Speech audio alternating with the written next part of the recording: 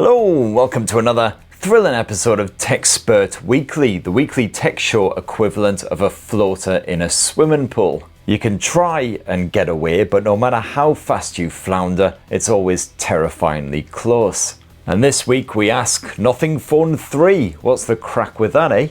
Well, big changes, that's what, including the tragic death of the disco arse. And then, just what the internet was crying out for, another jaded middle-aged man reviewing a popular video game. And all of this decidedly tepid content will be rounded off by the usual dose of viewer comments and a peek ahead to next week. Jingle me. Tech Spurt Weekly!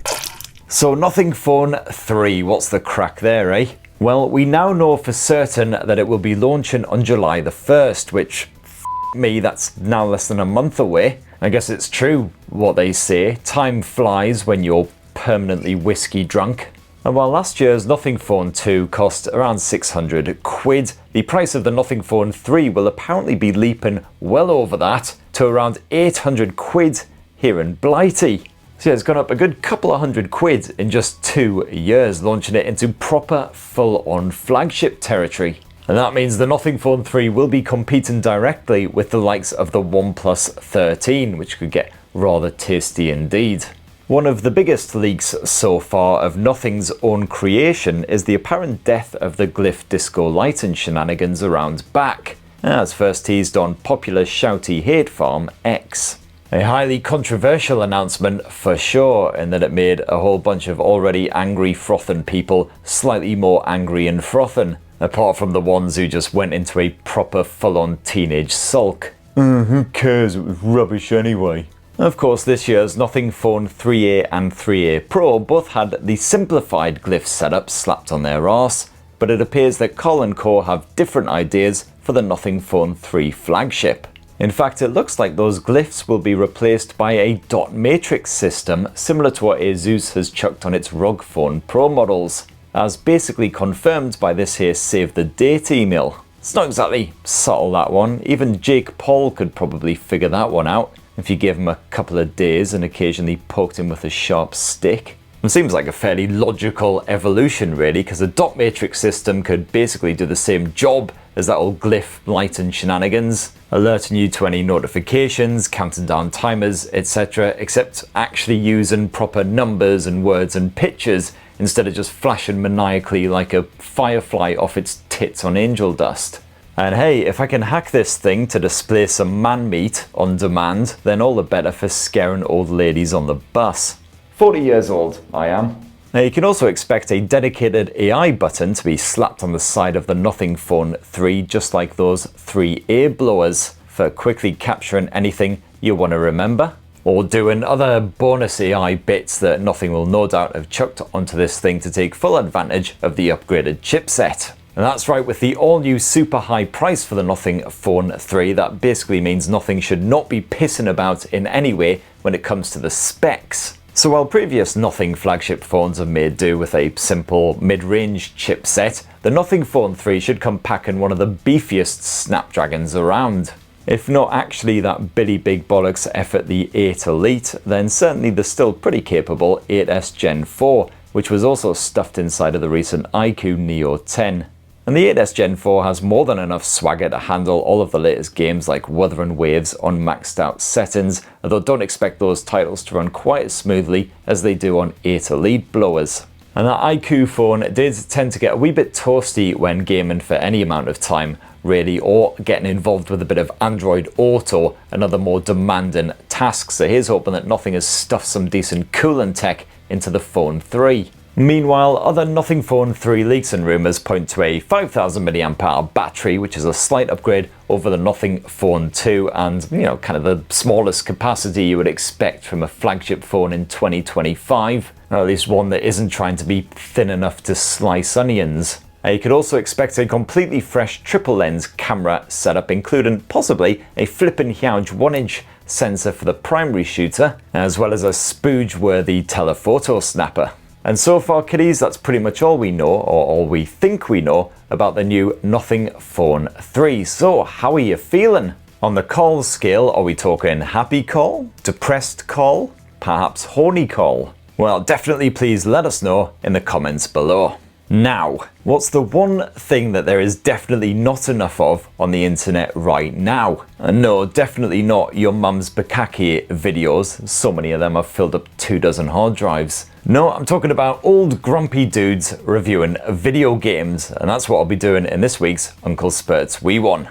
Uncle Spurt's Wee One. It's a short review, not his penis. Now, some people might say that me reviewing video games on this show is just pointless filler content that's likely to turn off anyone who's actually clicked on this looking for the hottest, latest tech news. And those people are frankly right. But let's face it, anyone who's still watching this far into the show is probably so drunk that they don't even know what's going on, or they've actually physically passed out. Anyway, I don't really have much time to play games these days, plus my arthritis usually flares up after about 5 minutes. So I basically just played the first level of Doom the Dark Ages and got the general gist, and here's my review.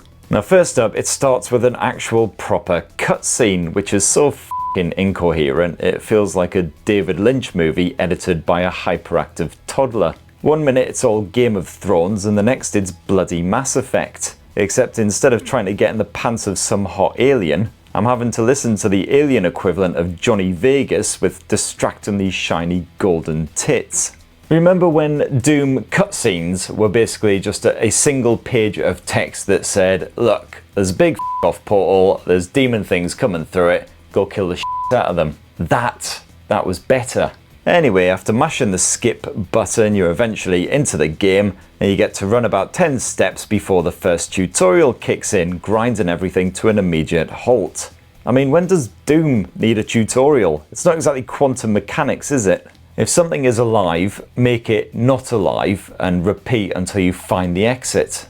Anyway, when I was finally allowed to, I did actually quite enjoy hitting things with my shield, which seemed to make them explode, and also anything else stood within a 20-foot radius for some reason. The satisfying fatalities seem to have buggered off for this one sadly, but it's still rather gruey, and overall I give it 2 gleaming nipples out of 5.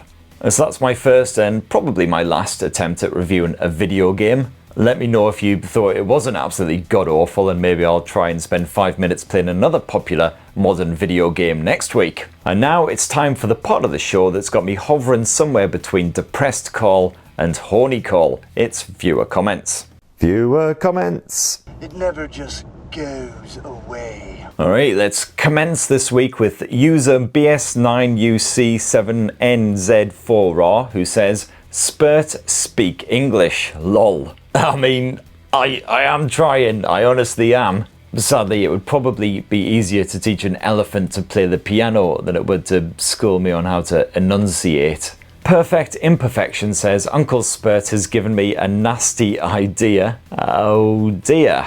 As long as it's nothing too illegal, or if it is, please don't give me the credit when you're up in court. Roderick Monroe says, I'd love to have you read some audiobooks. I mean, yeah, I'm sure that would be fun, but the only problem with that is that every single character in the book would end up sounding like a sloshed, degenerate Mackem. Let's try reading a bit of Pride and Prejudice for you, give you a little taster. Vanity and pride are different things, though the words are often used synonymously. A person may be proud without being vain. Pride relates more to our opinion of ourselves, vanity to what we would have others think of us. God, it really is a load of old bollocks, isn't it? Baron of Grey Matter says, Jura is such a good whiskey. Yeah, absolutely gosh darn right, highly quaffable and not stupidly expensive. In fact, if Mr. or indeed Mrs. Jura happens to be watching, you know, send a couple of crates of this and I'll happily slam it back on camera during all of my videos.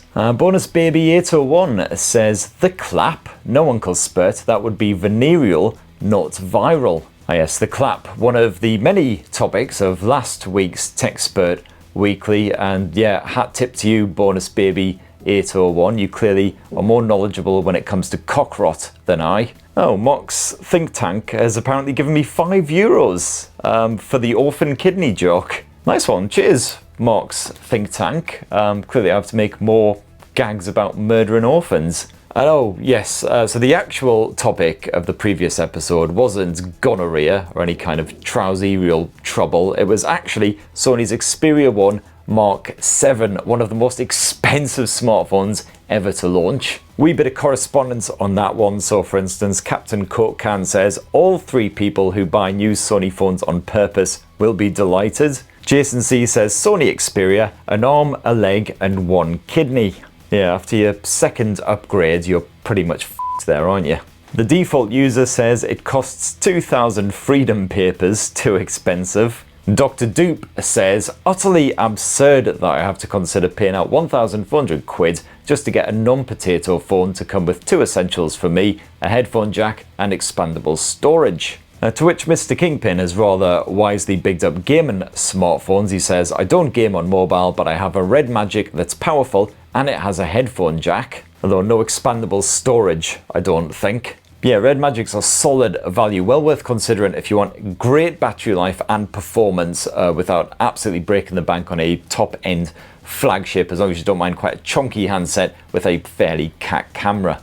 Dave Ware says, would it be worth seeing if the Xperia 1 Mark 6 drops in price? I can't see a huge difference between this year's and last year's models. Well, Dave Ware, if like Dr. Dupe, you're dead set on having that headphone jack and expandable storage and a flagship style smartphone, then possibly. And particularly if you're going to make use of the creator features, the gaming features, etc. But personally, I haven't seen last year's model cheaper than about sort of 800, 850 refurbished. And as well, you know, the Nothing Phone 3 flagship fresh for this year is going to be costing around that sort of price point. You get like the OnePlus 13, etc. So I'd probably rather go in that direction. Yuchia says Sony needs to make compact smartphones again. And Devil May Fox says, what happened to the new 5-inch Sony Xperia phone, because I haven't seen it, or did I miss it? So yeah, there was some online chat about Sony possibly resurrecting the Xperia compact range in 2025, but it was very much vague, unsubstantiated rumours. They're about as reliable as when your kid insists that on a school lunch break, a year 6 lad called Kevin went and kung fu kicked one of his mates so hard that his head came right off,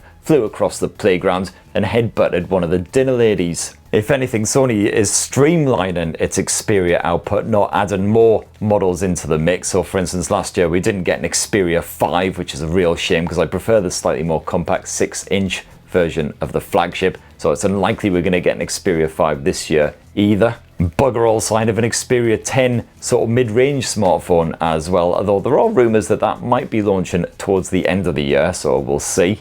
Still on the subject of Sony, Migi LUFC says, will you be getting your hands on the new XM6 headphones? Already had my greasy mitts all over those for a couple of weeks, mate, so yeah, so hopefully be getting my full review of this bad boy up in the next sort of few days or so. So, you know, make sure you ring my bell. Mythic Sons says, give TechSpurt Weekly episode 1 a watch. The last 5 years must have been rough.